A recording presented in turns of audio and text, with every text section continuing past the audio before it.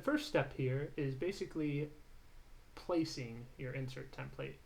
Now, if you're wondering how I actually made that insert template, I covered it in an earlier series. The annotation is on the screen, so you can go ahead and check that out. But anyhow, what I'm doing here is making sure I have a perfect measurement for laying my outline here with the red marker onto the baseboard. The next step here is I'm going to simply outline the template onto the baseboard with a permanent marker. The next step is then to actually trace the same outline onto a piece of plexiglass. In this case, I'm using black acrylic. Alright, now that you have the outline, you're going to make a cut with your jigsaw. Now it's important that you can turn off the orbital action of the jigsaw, so make sure your jigsaw has that feature. You want to have that so that the plexiglass doesn't chip. Now you can see here, I'm basically cutting off my first corner. And again, just save the line because you're going to be using a router to actually make this piece perfect. Alright, now that we have our plexiglass rough cut trimmed out, what we're going to do is go ahead and stick our trim insert piece, the MDF part, to the actual plexiglass with double-sided sticky tape.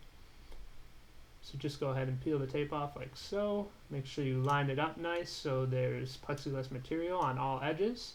You're just going to go ahead and stick the two pieces together. Once you have the two pieces stuck together, you're just going to go ahead and use your flush trim bit on the router to actually trim the excess plexiglass material away.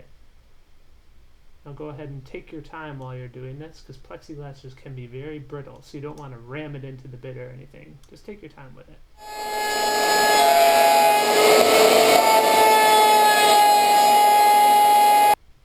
Now what I'm doing, and this is a matter of preference, is adding a 45-degree chamfer to the wood piece. Now you can see I've left the two pieces stuck together so that I can actually ride the bearing of the 45-degree bit against the plexiglass and get a maximized angle cut on the wood part itself.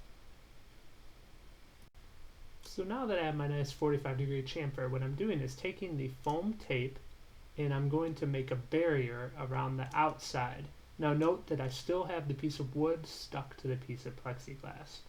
So just go ahead and run the foam tape around the perimeter of your trim piece.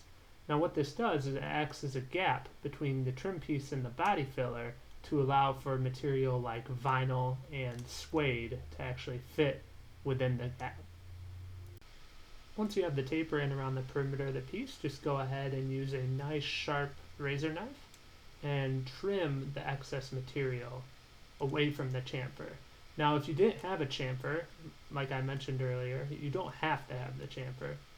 But if you didn't have it, you could just run along that top 90-degree part of the wood. But in this case, I want to cut away from the chamfer. And the reason I'm doing that is so that I have a nice smooth transition from that chamfer part to the body filler. It'll allow me to sand it nice and smooth. So now that the trim insert piece is completely wrapped with the foam tape on the perimeter, we're going to add some protective painter's tape over any wood that is exposed on the top side. You don't have to worry about protecting the bottom, just any wood that is exposed on the top. And the point of this is to protect the body filler from actually sticking to the insert template once you start smoothing it into the baseboard. Okay, so here you can see we have our insert piece all ready to go. So you can go ahead and place it in position. But wait! There's another very important step. You need to add holes so that you can push it out. So here you can see what I'm talking about. Basically I'm adding 2 holes, and what that allows me to do is push the trim insert template away from the baseboard once all the body filler is hardened. So now that we have our 2 holes drilled, I'm going to go ahead and put some double-sided sticky tape within the perimeter of the insert template. Now I like to do 2 pieces here because I definitely don't want my insert template to move at all. So now that the double-sided sticky tape is on, I go ahead and line up my insert template. Again, being absolutely sure that I am lining within those lines that we made with the permanent marker in the beginning. And then go ahead and press it nice and snug. Alright, you're almost there. Now it's time for body filler. So as you can see, I can just go ahead and mix up a batch, and I'm going to start working it into that 90-degree groove of the insert piece. So what you want to do is just completely kind of go around the perimeter, just kind of globbing it on, to be honest. Now once you've completely covered the perimeter, you can do what I call a smoothing stroke. Here you just let your card run along the angle that's provided by the pieces of wood. Now again, I'm kind of globbing it in the corner here, and then you'll see I'll do a smoothing stroke on this corner. I'll glob a little bit that I picked up from that smoothing stroke, and then I just continue to do smoothing strokes. You can cut away like that. Just kind of pay attention to my technique here. Unfortunately, my camera actually ends up dying on me before I can take the footage of sanding it, but as you can see here, you're just going to go until you have a nice smooth surface. From there, you're going to want to sand until the top edge kind of breaks through to the panel. And then from there, you can go to our next clip, which will show briefly where I use a hammer and a screwdriver to actually poke the template out from the opposite side. So now that I have the surface nice and sanded, what I do is just flip over the panel, and I use a screwdriver actually, and just give it some light taps with the hammer to make it pop out.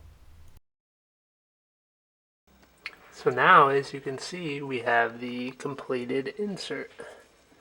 There's the plexiglass below, and there's the wood trim piece. All I did was pop out the trim, or the template here, and sanded it down. So that's how to make a trim insert. So what can you expect in the next video? Well, we're pretty close to actually having to do the vinyl on these things. So I'm going to show you guys some tricks for how to do vinyl with the rabbited edge technique. And I'm going to show you guys how I put suede on, as well as how I tie everything together with different fasteners. So stay tuned into my channel. Again, if you guys like this video, please hit the like button. Alright guys, take care. Thank you for watching.